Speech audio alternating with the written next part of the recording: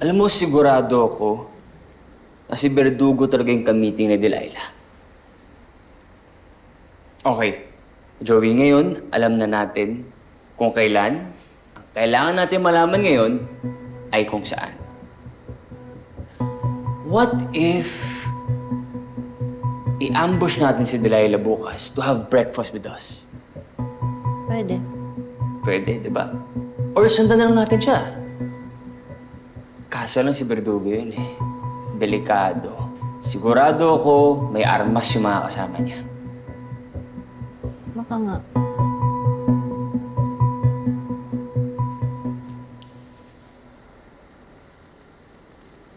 Eh, pakala ko pa di ka nagalit sa akin. At parang di ka naman interesado. Hindi, naantok lang ako.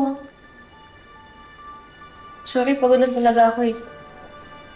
Pwede mong bukas na natin ito pag-usapan. Marami pa namang oras eh. Naantok na talaga ako. Ano man? Tsaka na sa bed. Ay, hindi na.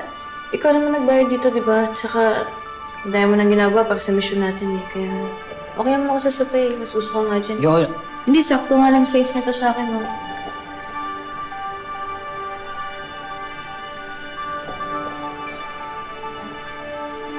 Night.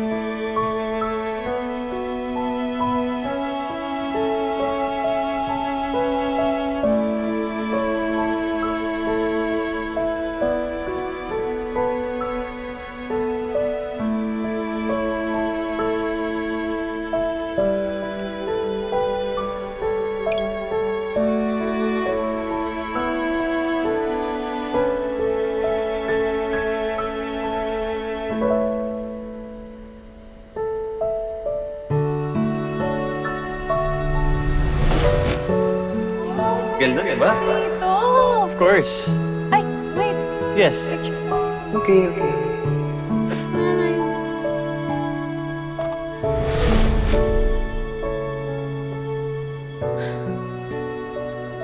Bakit ba ako nasasaktan? Eh, wala namang tayo.